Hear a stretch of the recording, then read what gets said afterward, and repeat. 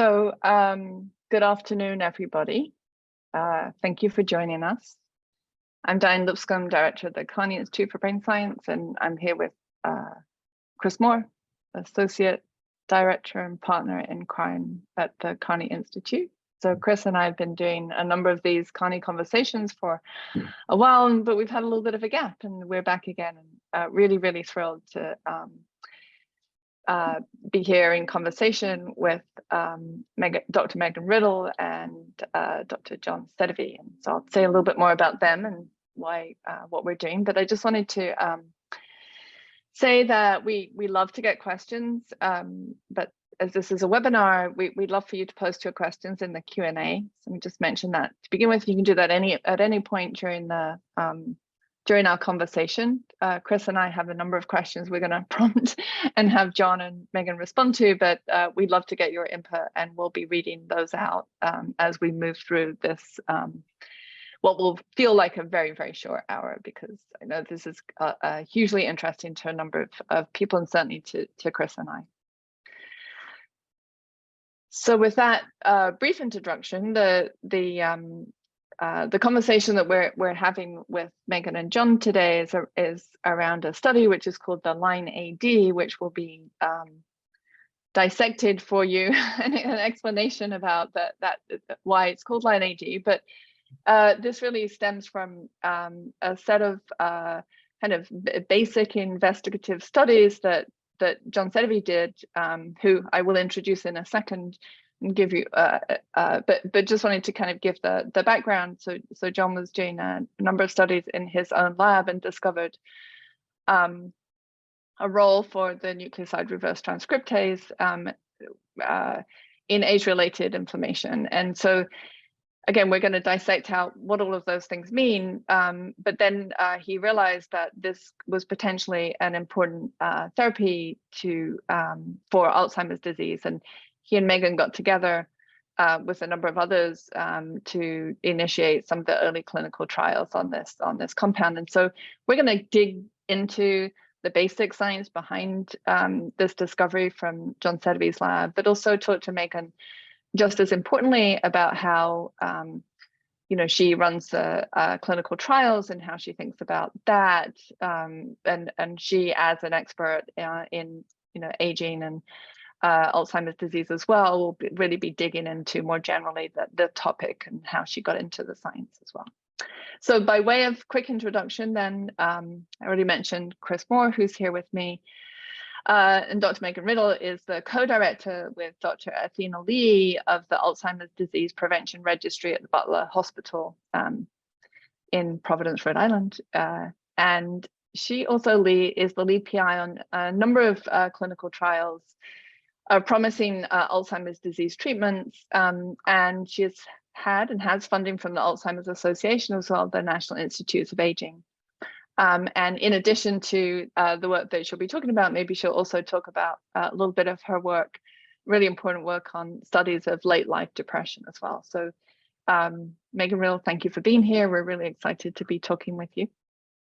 And then John Sedivy is the director of the Center for Biology of Aging at Brown. And John is the principal investigator of a long-running center grant, which funds this center at Brown through the National Institutes of Health. John is an expert on cell cycle regulation and signal transduction. And particularly relevant to today's discussion is John's work on cellular senescence and basically cellular aging, and how his early work in that led him to investigate an existing compound, which is used to treat HIV, and its potential in the use of treatment in Alzheimer's disease. And so that's my introduction to the both of you. John, thank you also for being here. So remind everybody, if you're just joining us, please put any questions you have in the Q&A, and Chris and I will get to them. But to begin with, and maybe Meghan, you can kind of kick off here. It would just be great if you could give the audience an introduction to you, what you do, and and to tell us perhaps a little bit more about how you became interested in Alzheimer's disease, what got you to this point, a little bit about, you know, your research, and what motivates you. What is motivating you to stay in this really important field? So over to you, Meghan. Great. Thanks for having me. I am delighted to be here. So I'm Meghan Riddle. I am currently at Brown and Butler Hospital Marine Aging Program, and I'm fairly new to Brown and to Butler, so I've been here barely over a year. But I've known that I've wanted to work with older adults since I was in high school, so much so that I actually volunteered at a nursing home for a while. I'm from a very small community, very close-knit family where, you know, we took care of generations of grandparents and grandparents, and a population that always appeals to me. However, when I went to medical school, I really thought I was going to be a geriatrician. And after my first clinical rotation at the VA hospital, it was very apparent to me that my love for the brain, the intersection between brain behavior, was something that I could not ignore. I'm a clinician and educator at heart. I actually went to high school before I went to medical school. And most of my early career was spent working with patients and families longitudinally and across many different settings. So I've worked with families in outpatient, patient, nursing homes, and even out in hospice care settings, and cared for many from their diagnosis until they passed away. And that has been the great privilege. And becoming interested in Alzheimer's disease and related dementia research was a natural extension of working with patients and families. Initially, I wanted to understand what was happening in the field and how I could access opportunities and developments for my patients. And becoming involved in clinical trials was a very short jump from there. I was fortunate enough to be affiliated with an academic institution that had a center that was focused on Alzheimer's disease and related research, and my involvement has grown. Meghan, thank you. It's really great to get some insight into how people got to where they are now. I know there's a lot of interest in that. I just wanted to mention your audio is breaking up a bit. I'm sorry. So I'm not sure if it was fine earlier. We're live, so everyone can tell that. So maybe we'll head over to John, and maybe then when we come back to you, we'll see if it has improved a little bit. But at least for me, and I checked with Lewis, we're losing you a little bit, but could hear you and understand you, but maybe there's something perhaps that can be adjusted there. Okay. But thank you so much, Meghan. John, I guess the same question. It's like, how did you end up working on Alzheimer's disease? Well, you know, my story is actually very, very simple. You know, I was one of those horrible children that always took everything apart. And I was actually very good at putting things back together as well. In fact, I got electrocuted several times because my parents just couldn't keep me out of trouble. And so I've been fascinated, you know, always with how things work. And I naturally gravitated to biology. I was also one of those children that, you know, likes to pull legs off of bugs and stuff like that. So I just kind of went to school and studied biology, and, you know, went to graduate school, became a professor, started running a lab, and I'm still doing that. So I guess I'm just a really boring person, but I'm really fascinated by, you know, the connection between things and how things work and how complicated life is. I mean, it's incredibly humbling to work in biology because, you know, if you the more you understand, the more you realize that there's just these vast amount, you know, people talk about the universe, how vast the universe, incomprehensible how vast the universe is really. I think biology is just as complicated. So it's just been a journey of, you know, poking at things and, trying to figure out how things work. Perfect. Thank you.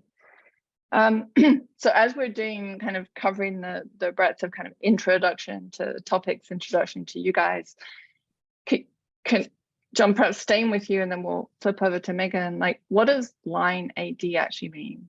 Like, can you decipher this a little bit? Yeah, no, and then we'll ask Meghan how, like, just in terms of like how you both got together and how, her role in running the clinical trials. But what does line AD mean? Okay, well, the easy part is AD. That stands for Alzheimer's disease. Okay, line actually stands for long interspersed nuclear element 1. Okay, and it's an acronym, and I'm going to have to explain a little bit about our genomes, and as you all know, we have DNA. Our cells have DNA, and it actually gets a little bit more complicated because some of this DNA is descended from ancient viruses. Actually, the relationship is kind of, chicken and egg. Who came first, viruses or eggs, or your genome? Okay, and most people are familiar with the concept of viruses, but we also have viruses that are internal to our cells and are essentially trapped there forever. And they just basically create havoc by moving from one part of the genome to another. And they're called transposons for their ability to transpose. And line 1 just happens to be one of them. There are many, many of these elements. And, it was noticed way back, like in the 60s or so, that large portions of the human genome were repetitive. They were repeated many, many times. And those are the transposons. And the reason why they are repetitive is they just breed in your genome. So that's why it's called long interspersed element, because it's all over our genomes. And John, I've been reading a little bit about retrotransposons. I was like, is it right that this is, to some extent, the majority of our genomes, these elements, repeating elements? Like, yeah. And relative to coding genes, like, could you give us some sense of the representation within the human genome, for example? Yeah. So, transposons and retrotransposons, are found in all forms of life. And they typically are a fairly large proportion, and it really varies. Like, for example, some plants like corn can be 90-95% transposons. Human is about 40 to 45. So, Drosophila is a little bit less. So it kind of, varies, but it's always a very substantial fraction because these elements are just so successful as, parasites. Mm-hmm. And then relative to what about genes in the human genome? Percentage wise, what's the representation? Coding sequence. Coding sequences are only about 2 or 3%. Yeah, extraordinary. And then, very, very small. There's a lot of DNA that is part of genes, but is not coding. And then there's unique sequence DNA that is not repetitive, but doesn't encode anything. Great.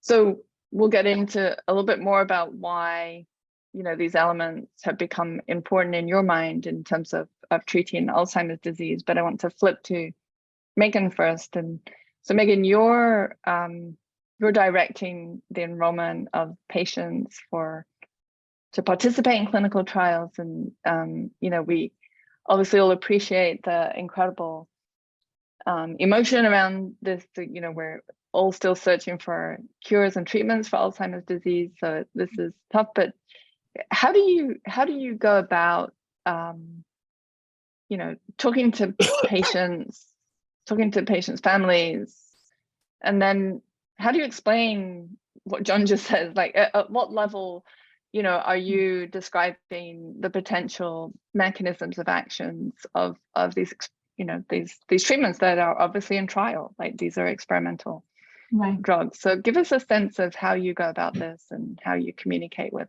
the patients. Sure. So here at the Memory and Aging Program, we have several different types of trials. And so I'll start with that, is that when we're working with patients or families, there's a clinical component of just evaluation and care management, as well as diagnostics. And then from there. So Meghan, we're still getting weird. I don't know if it's the distance from the microphone or whether it's the actual mic. So maybe can you try again? I'll try again. Can you hear me at all? Yes, this is much better. So great. I think it is distant. Sorry, my face just got enormously large. No, this is you're perfect. Able to hear what I say. Perfect. Yeah. No, this is perfect. So I was saying that clinically we see patients and work with their family in terms of a diagnosis and care management.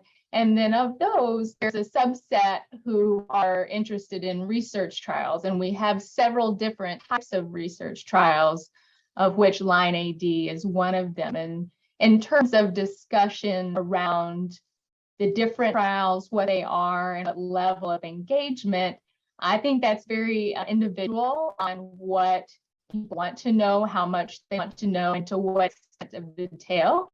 For Line AD is interesting because there's been a lot of tests and movement around some of the other biomarkers related to Alzheimer's disease drug development. This is a novel mechanism, and it's also a different type of trial in the sense that it's repurposing a drug that has already been FDA approved. So it's not going through that phase of development. It's been approved for a different illness, a different disease. And so I think that's where a lot of the conversation begins, is that, we're looking to see, using this discovery that Dr. Sedivy and his lab had, if we can target and capitalize on what we already know about this medication to benefit those that have Alzheimer's disease. We know that aging and many age-associated diseases are known to be causally linked with chronic inflammation in the brain, and no exception.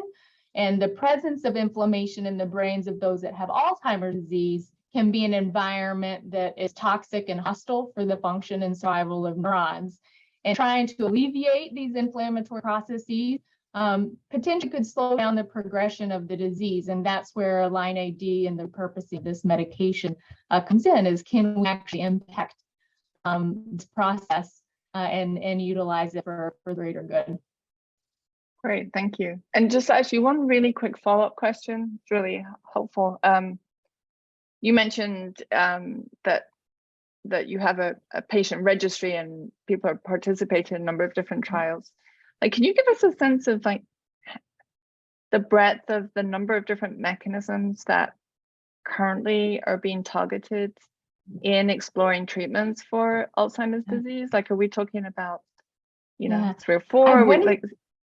I mean, multiple, to say that the state of discovery and development field has completely changed. So I do want to highlight that when I started medicine, working with patients, we had to say, this is what is going on based on your clinical evaluation and your history that you described. But the only way we could know for sure is actually if we were able to look at your brain tissue after you passed away. And that's completely different. There are so many revolutionary changes that have happened, including being able to diagnose Alzheimer's disease while people are alive, and even earlier at times before they started to develop symptoms. And that has come from changes in neuroimaging, so looking at different, amyloid and tau, via PET tracers to CSF or cerebrospinal fluid, the elevations of those proteins and those hallmarks of the disease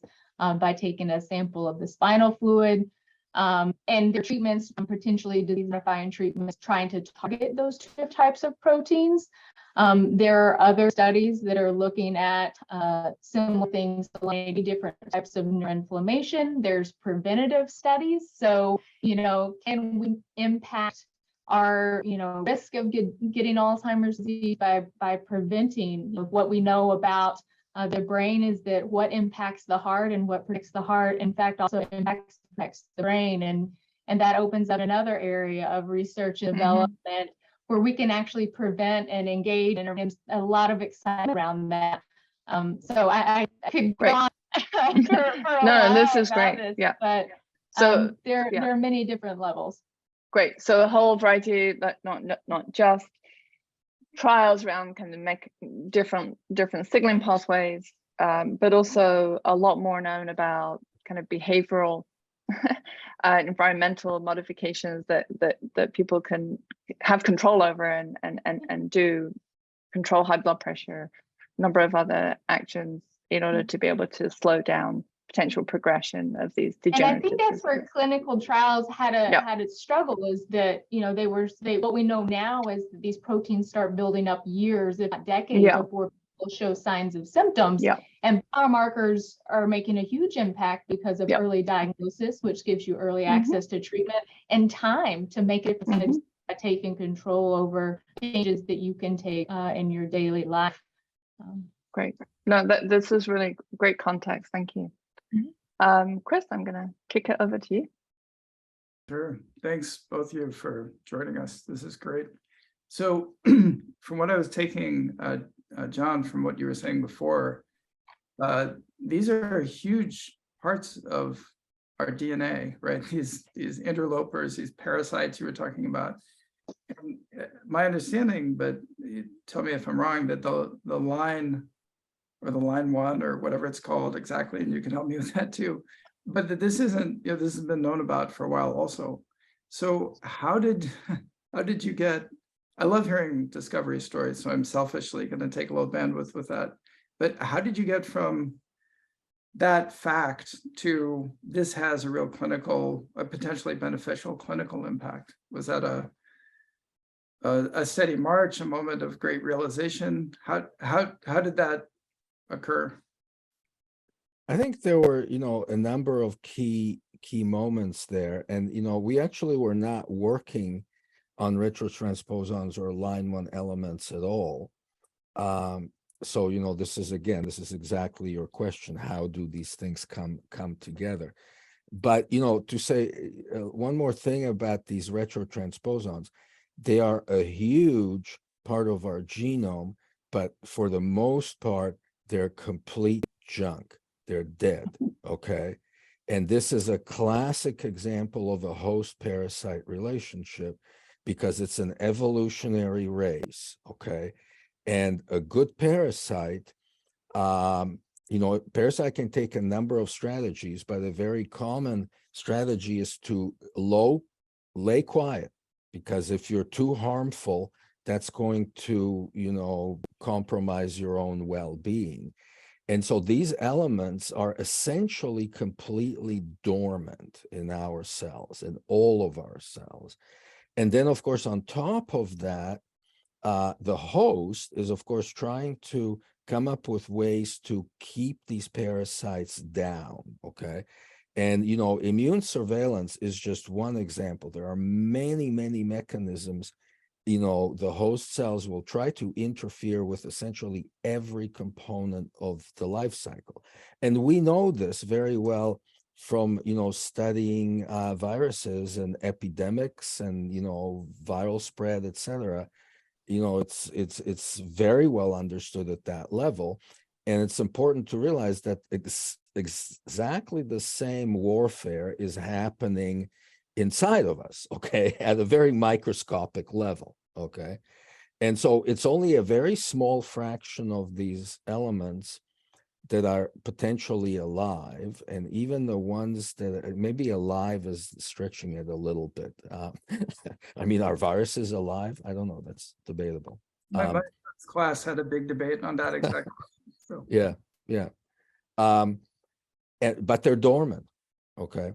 They're completely dormant. And what we discovered is that in these senescent cells that Diane mentioned, and senescent cells is kind of an extreme form of, cellular aging. These are cells that are like really messed up, And, their frequency increases as we age.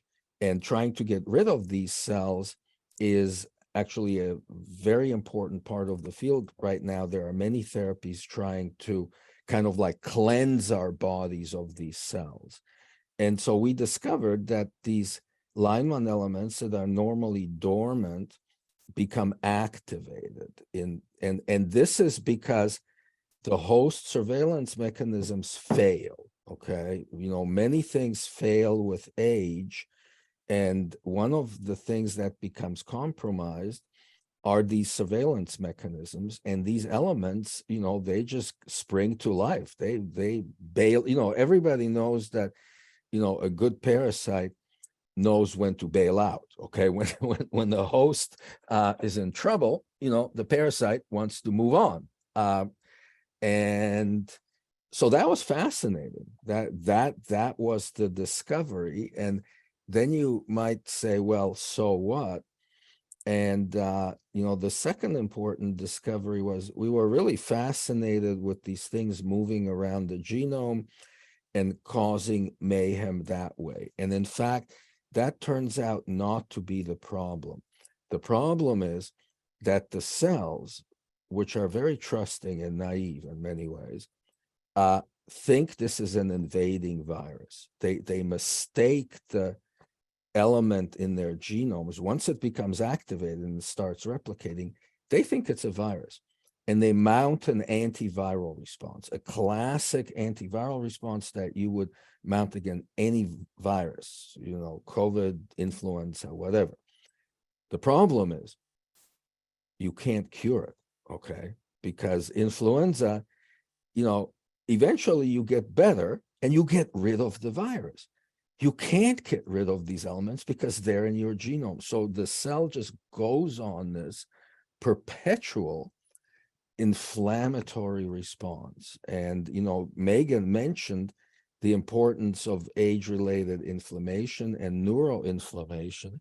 And that was really the most important connection. And that was the connection that told us, hey, this is clinically relevant. There's probably something that we should, try to manipulate this. So that's really the story. It was, first discovering that these elements paradoxically become active. And the second one is that, it's actually the cell that is creating the problem. It's kind of overreacting to the whole situation. In fact, the drugs that we are administering are trying to calm everything down, okay? Slow the replication of these elements down, prevent the cells from freaking out, lowering the inflammation level. So the drugs are working on the retrotransposon, not on but the goal being to decrease this inflammatory sort of hyper response by doing that. That's amazing. Yeah, I mean, that's what we found. I mean, this is absolutely crazy. We took old mice, naturally old mice, they were old, but there was nothing particularly wrong with them. And you can measure very easily markers of inflammation in their various tissues or in blood. This is, old science. And they get elevated in the old animals. And that's a consequence of natural aging. We've known this. Old humans also have elevated markers. And then we treated these animals orally with these reverse transcriptase inhibitors. And, several, not all, but many of these biomarkers of inflammation came down in multiple tissues, adipose tissue, muscle, liver. It was a very widespread effect. It's taking advantage of the fact that it's the retro part of it, so you can target it that way. That's really... Yeah, so, one thing that I should add to this that, I told you about this continuum between, transposons and viruses. Well, HIV, which of course is very well known because it causes a terrible disease, is actually a retrotransposon. It uses that RNA to DNA to RNA life cycle. And that's why you can't cure it, because it puts a copy of itself in your genome. And So in fact, it encodes enzymes that are very closely related to what line 1 encodes, the so-called reverse transcriptase, which makes DNA from RNA. And there were many drugs, including AZT, the first ever drug against HIV, that target that enzyme because it's just such an obvious target of the viral life cycle. So, you know, completely by serendipity, we are able to take advantage of this because some of these drugs will work against the line 1 reverse transcriptase because, like I said, their HIV and these elements are actually related in evolution. It's interesting. A colleague of mine at BU has done a lot of work with age-related dementia. And I wonder if there's a connection there that maybe it's already mapped out, but there is a dementia phase that HIV patients go through that perhaps that's connected to the AD connection you're making. That's very, very complicated. Yeah, I don't think that's really clear at this point. Yeah, I don't know either. Yeah. So I have another question. Dan, feel free to jump in here if you want to, but call it well, let me ask the question on everyone's mind. So should we be getting our biomarkers tested and then take some of your drug? In other words, should it be a regular thing, like over 50, you're supposed to get certain tests that we don't have to talk about on the Zoom? But should we be all getting our CSF extracted once every 5 years or a blood panel done for these markers? I mean, it is done somewhat, but give me a context. Are we far from that? Are there certain things we should all be doing already? I think that's clearly where it's going. Yeah. Trying something new with my audio. Is this any better? Yeah, it sounds Okay. great. Okay. So, I mean, I think as Dr. Sedivy said, that's the goal. I mean, I think we think of not necessarily, every 5 months, but where science is going is that, one day could this potentially be at your annual checkup as you get your lipids checked for your cholesterol, or you check your A1C for your diabetes risk. Could we actually get a lab test in the future to assess these biomarkers that convey our risk and how our brain and bodies are changing so that we can intervene early on, just as we do for these other illnesses? And I think, we've talked about HIV given the context of this study, but we can also take a page out of the infectious disease treatment in terms of a multi-pronged approach as well for Alzheimer's disease. I don't think there's going to be one silver bullet that is going to impact us. And I think knowing where biomarkers are headed, we can potentially create a molecular profile for each individual and create a targeted therapy, tackling it from many different perspectives, as precision medicine, again, the way we are already discussing and doing for other illnesses. So I will ask one more question that I'm inspired by this. First of all, it's just fabulous, the degree to which, obviously, Meghan, when you're talking about the science, the basic science part of it, that's a little less clinical, you said, oh, great, I get to talk with John. That was exciting. But you clearly have a really sharp command of it, and vice versa, John. You obviously have a clear understanding of these clinical conditions. But as a practicing scientist, it's so hard to talk across levels, but with people that are like, the word mechanism means something totally different to every single person in the room, let alone people from different subdomains. So how do you do it? What's the magic? Like, are there classes where you make the clinical students learn the biology and the biology students learn the clinical? Or it doesn't have to be through the lens of students, but are there tricks to talking across levels like this to make it all work? Because clearly I feel like there needs to be, and it seems like you've figured some out. So share them. Well, I can tell you that it's a challenge, going across fields and, disciplines. And, I've been doing it all my life, and it's actually, I like it. It's part of the excitement of doing this, because that's how you really learn new things. Okay. And if you're driven by, insatiable curiosity, like I am, staying in one place too long just gets a little tedious, and you always are, moving this way and that way. And, so it really depends on the personality. Okay. And, I've trained, many, many students, and, I can see that, some students feel very comfortable in, kind of a more confined area, and, they don't make the effort. You have to make an effort, a conscious effort, to, not just go and listen to other people, but also to try to explain yourself to other people, and, try to tell them what is it that you are thinking. And, if you don't put enough effort into it, it just doesn't work. So I'm not sure this is, there are obviously skills that you can teach that would facilitate this process, but I think the real core is that, this is just something that you want to do. And if you want to do it, there's really essentially no barriers. Nobody ever taught me how to do these things. I just, make a nuisance of myself, and I go and, just, bug people about things because, I learned that way. I think it's a team science, and it takes many different perspectives, skill sets. You talk about training, from medical physicians to biostatisticians, neuroimaging, biomarker scientists, and you have to be able to communicate to some degree. And so I think part of it is,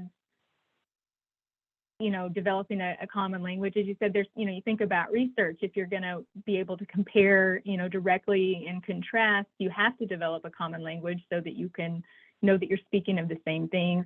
Within Alzheimer's disease, we talk about the ATN framework. Certainly in terms of all of the developments in this field, the idea of global sharing of data, collaboration, what that has opened up with all of the investment.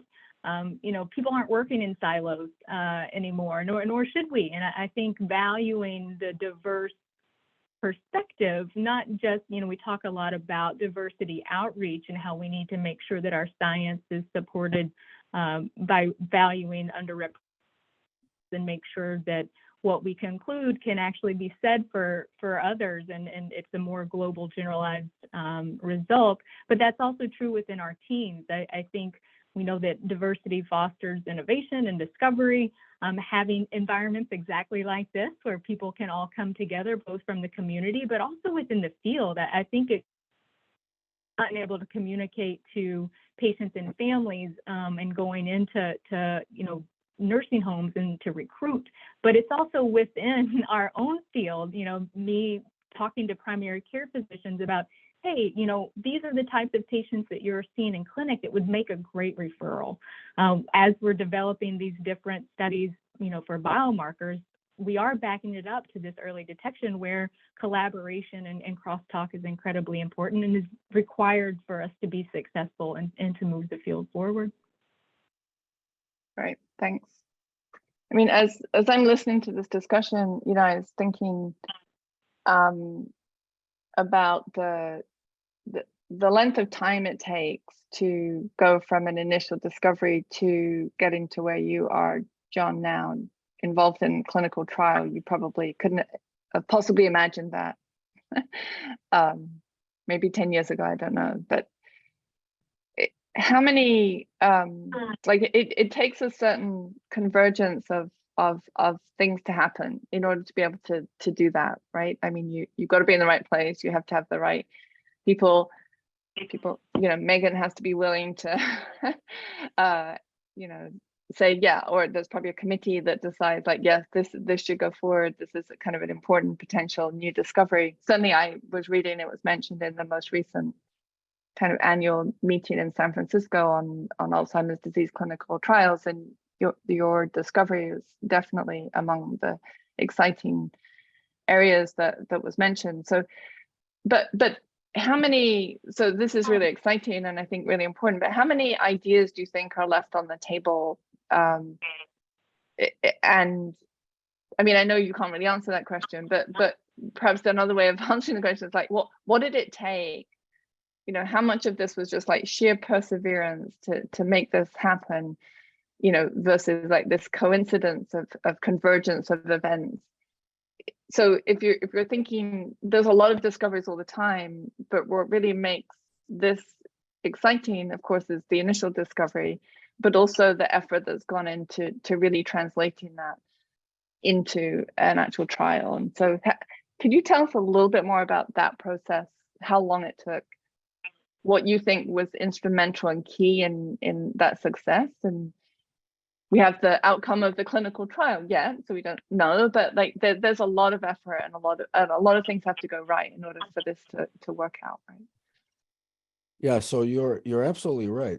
It was, you know, difficult and it was challenging, and you always get a lot of discouragement, okay? And you know, in some ways, you know, you have to, you know, in a lot of ways it's luck. You know, you have to be in the right place at the right time. And, you know, the fact that we have these HIV drugs that can be repurposed is just luck. I mean, you know, if it's a different disease or a different process, you know, you might be in a very different space. And so you have to, you know, position yourself in a way that, well, you just have to realize what's going on. Let's put it this way, okay? But in terms of the clinical trial, you know, Alzheimer's was not on the top of my list because, you know, I don't have a track record working in neurobiology. We work on, you know, many different kinds of tissues. And, you know, the brain is a very difficult organ to treat because of the blood-brain barrier. So why would I be stupid enough to go make my life more difficult than it really needs to be?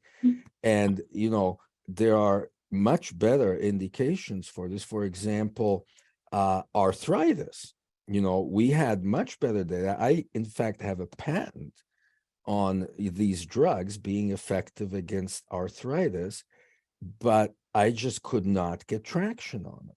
You know, maybe if I was at a different institution or something like that, but people were just not interested in doing trials on arthritis.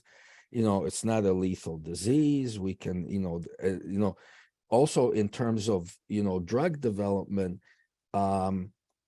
it was extremely difficult to, you know, really get into the venture capital world and, you know, how decisions are made and how profit. So, you know, that's why we're doing a clinical trial, because there is no business person that would give you a dime to repurpose a drug.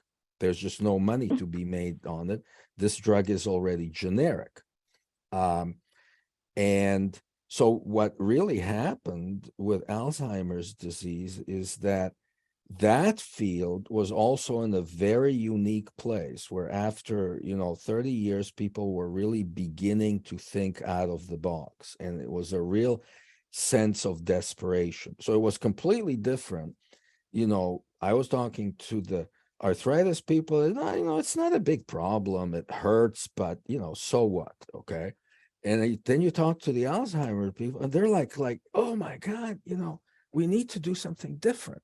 So, you know, if it wasn't a repurpose, and it's also funded by a foundation, the Alzheimer's Foundation.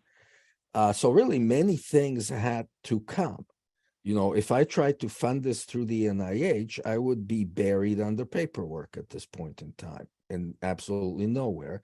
And I tried to fund it through, you know, private pharma, and they were not interested. So yeah, I mean, the foundation that stepped up to the plate.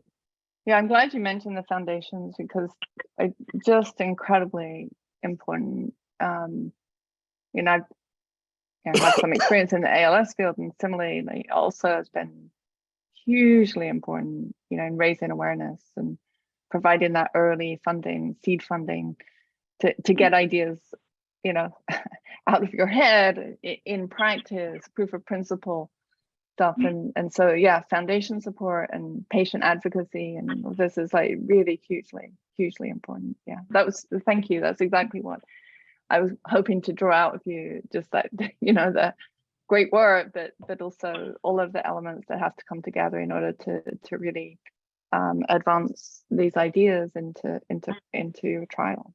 It's So, you know, it's part hard. of it is luck, part of it is being in the right place and running into the right kinds of people that are willing Right. to listen to you. And Yeah. part is perseverance. You just don't Yeah. give up.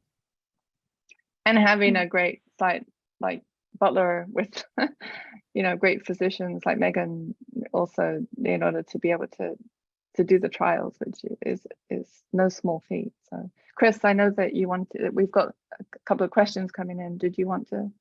Yeah, I do. I also want to Like follow what? up with something with Megan on this exact theme. So again, obviously you're really nimble with the science part of it. Is there a role where a trialist or someone who's sitting in your chair goes and reads the biology or regularly hangs out with the biologist to try and sense the emphases? Otherwise, you were just describing, John, it's this great, very entrepreneurial effort that you made because you knew you had a finding that was going to be impactful and you want to find the flow into which it, you know, the channel into which it could flow. But does that happen on the other side? Is that a process we should all be thinking about? Yeah. It's there's a layered question. These are all wonderful conversation topics, but when John was talking, I was immediately, you know, thinking about Part the Cloud and how this idea of funding kind of research from bench to bedside to make it, you know, accessible. And I think Alzheimer's is, you know, as he mentioned, different in that there's a national plan, there's backing, there's advocacy, there's excitement, but you know, that is a part of it as well, is that there's an enormous interest and support. And in terms of, are we in the room with basic scientists and things like that, out of this has stemmed so many different opportunities and projects. You know, you can go even just the Alzheimer's Disease Association's annual facts and figures you get information. The NIH publishes a fiscal year report that really is a lovely update on the multiple areas of science and development and future directions.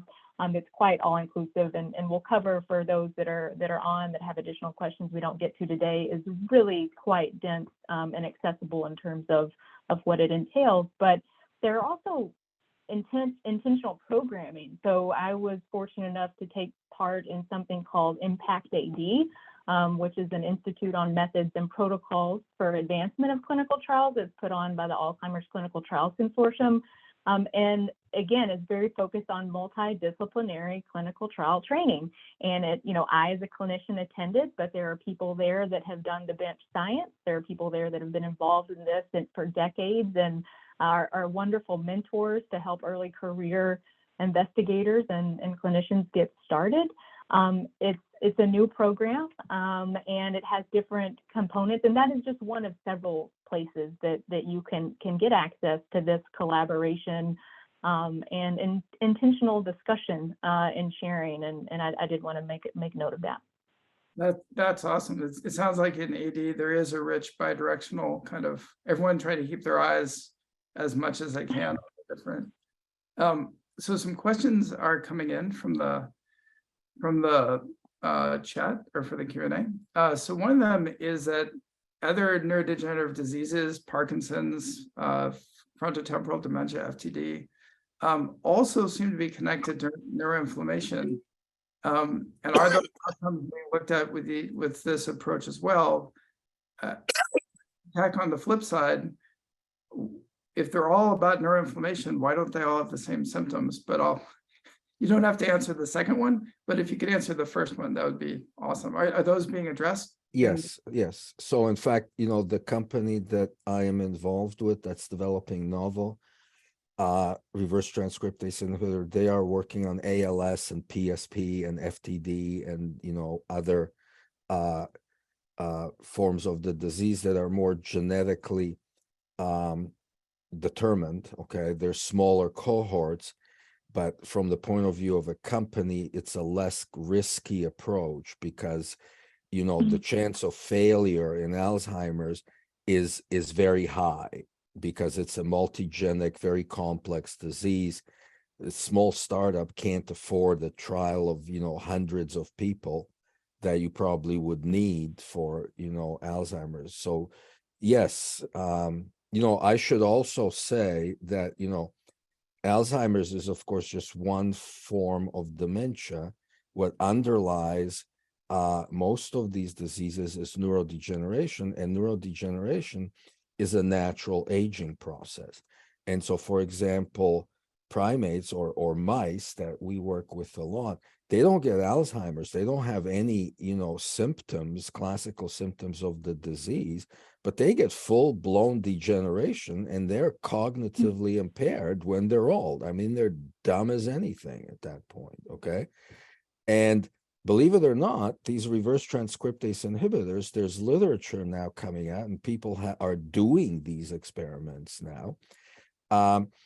You can slow down neurodegeneration and cognitive decline in mice with these drugs. Just as in that, you just give the, drugs to a middle-aged mouse, and it just doesn't progress. I know of experiments where they used very accurate, cognitive tests, and you just slow down the degeneration. So, this speaks very much to what Meghan's, she brought the cholesterol idea, and I think we're definitely headed for the day where you go to the doctor, now they measure cholesterol, it goes above a certain number, they immediately give you statins. They just write the prescription, okay? So, I think this will happen, in this space as well. We just need to find the right biomarkers.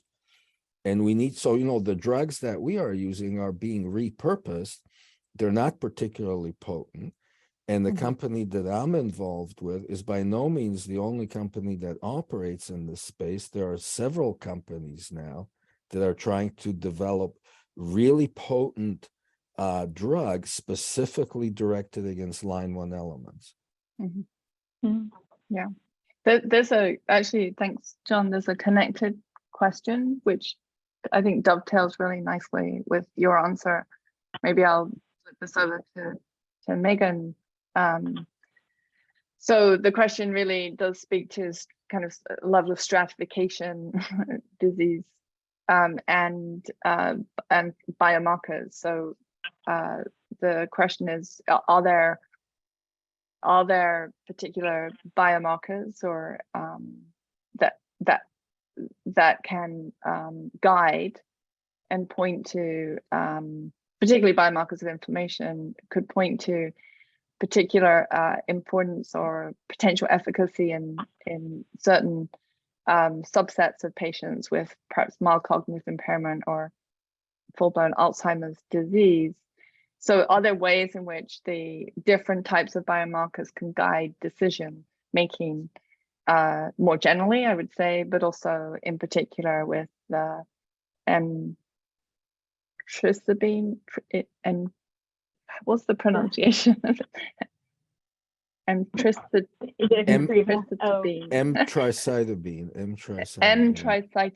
Okay, Yes. right, thank you. Emtricitabine initiation. So, Meghan, your thoughts about this? So there are several different biomarkers, and I always start clinically. As I said, I'm very clinically minded.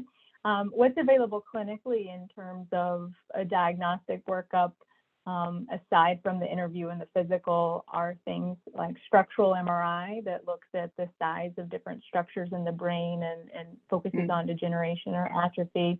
CSF is also approved and available clinically in certain cases to help distinguish.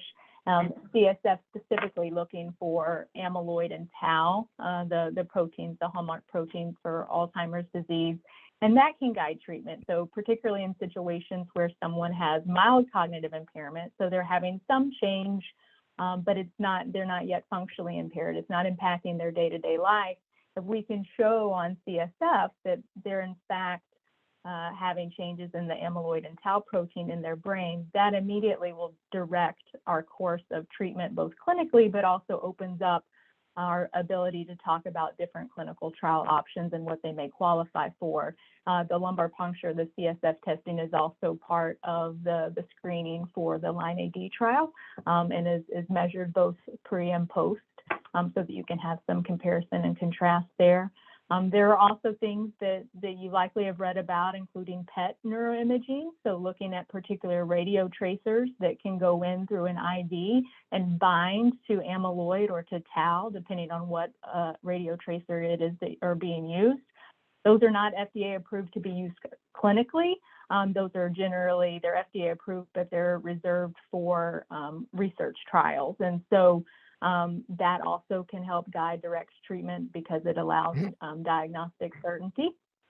And then again, that's where the blood biomarkers becomes a revolutionary technique, is that it's accessible, it's less invasive, it's certainly more affordable, and clinical trials are already using blood-based biomarkers to help, determine if someone is eligible for a study or not.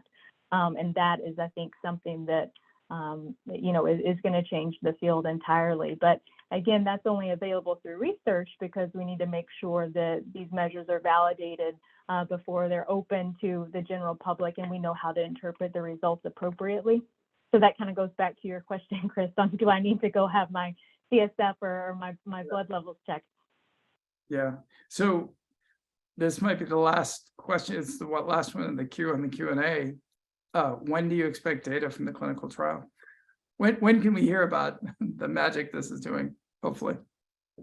Is it soon? Is it when do we find out? Well, it depends how recruiting goes. It's been a real struggle, and the trial is definitely behind schedule. And, a lot of this is because of COVID. It's also, competing studies at the same time. So, some people will choose to enroll in a different study. I think at the rate that we're going, it's going to be at least a year or more. But, if we can get more participants, then, this is a placebo-controlled trial. So I think it is, hopefully is going to, generate good data. If I can just get back very quickly to the biomarker thing, because, that's incredibly important, and we need more and better biomarkers. And, everybody is working on that, and that can really change the playing field. There's no question about that. And, I can give you one perfect example. There was a large study on ALS where they analyzed over 200 post-mortem brain samples, and they were able to stratify the population, which was otherwise indistinguishable clinically, into three very separate groups. One group was the transposon group. The other group, I don't want to get too technical, was the SOD group, the superoxide dismutase group. And then there was a third group that was characterized by high level of, oxidative damage markers. But by doing this kind of analysis, it was very clear that it was three very different. So there would be no point giving reverse transcriptase inhibitors to, the people that did not have the right profile. Now, of course, those were post-mortem studies, but hopefully we can develop markers that will allow us to do this, ideally with blood tests. Yeah, and it raises a really good point that was brought up in another aspect of the conversation, which is access to knowledge for the patients is a whole nother level of communication. I know that's a big part of what I'm sure you do, Meghan, but it just seems so complicated. If they have some facility with this stuff, they might make a stronger choice, but how do they make that choice? Of course, caring physicians guide it, but wow, it's complex when you think about to enroll, not enroll, what if you're the placebo? Like there's a whole depth chart of knowledge-based inequities that can happen there that are really tricky. I'm just marveling at the difficulty of your jobs. That's all I'm doing. And how great it is that you're doing them. Yeah.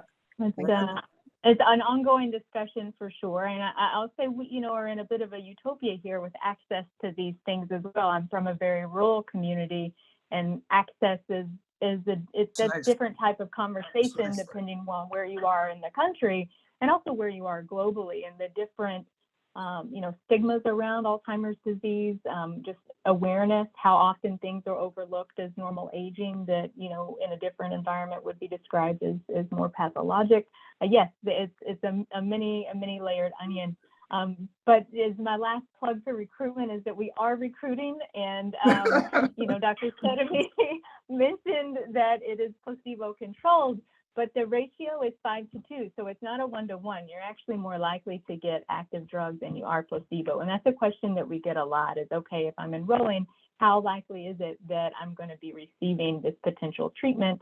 Another question that we get a lot is that this is an oral medication as opposed to an IV infused medication, which people I think have read a bit more about and some are a bit more comfortable with. And that it's a 6 month in terms of active treatment, but generally you're with us for about a year, and at least come visit us once a month where we can check in and do some of these different types of assessments. And so, if you're interested, you know where to find us, and happy to talk further. I see a telethon in the Carney conversation future for over to you, Dan. Yeah. Well, thank you. Thanks, Meghan, for that really important kind of closeout comment. And thanks for the questions that came in. And again, like, remarkable that an hour just went by and it feels like 15 minutes. So so this was really tremendous. And, I think you close this out really well. Just say that, I really appreciated a couple of points that you made, and just wanted to underscore those. One is this, the critical importance of basic science discovery, that without deeply knowing and understanding, basic mechanisms, it is very difficult to get to any kind of logical development of treatment. And so that's critical. But the importance of this early funding to fund ideas that may or may not work, but that critical nature of the early funding, and the critical importance of the foundations, disease-focused foundations, and the importance of patient advocacy just has been enormously important in these areas. And then, this remarkable connection that you both have, and Chris said it really well. It's like you can both converse, and you found a way to connect, and that takes a lot of effort and a lot of dedication. And I'm sure you are both busy in multiple aspects, but Meghan, like, that you have really delved deeply into being able to converse, and and this area, I think, is incredibly meaningful and really important, obviously, to describe to patients, this potential mechanism, the potential value of it, the other, it may work, it may not work, but like that, here's the data, and to be really up on that, and be so incredibly well informed is just tremendous. And I learned a lot from listening to your comments about the importance of biomarkers, the excitement that you have right now about how things have changed in the clinic over the last 10 years, but the continued need to have better and better biomarkers to stratify what is a collection of diseases, not a single disease. And so a lot of really great work going on. Tremendous to talk to you both, and very excited about the work that you're doing together. I would be remiss if I did not highlight that our team is fabulous. Your team. It's all about the team. It is. Go for it. Really is. And yeah. It's made up of an incredible group of people that are not only just passionate about what they do, but show up with care and compassion and dedication, and it's a joy. And then also, none of this would be possible without people who are willing to put themselves out there and volunteer themselves, their time, our participants for these studies. And these developments that we had the ability to talk about today are there because of those people. So I want to express my gratitude. Thank you, Meghan, for that. It's a team, and the patient participation, family participation is absolutely essential. So thank you for saying that. So we're signing off. I just wanted to thank everybody for joining us. It was really a real deep pleasure to be able to talk with you, John and Meghan. And we will be back in 2023 with other conversations from Carney. Thank you all.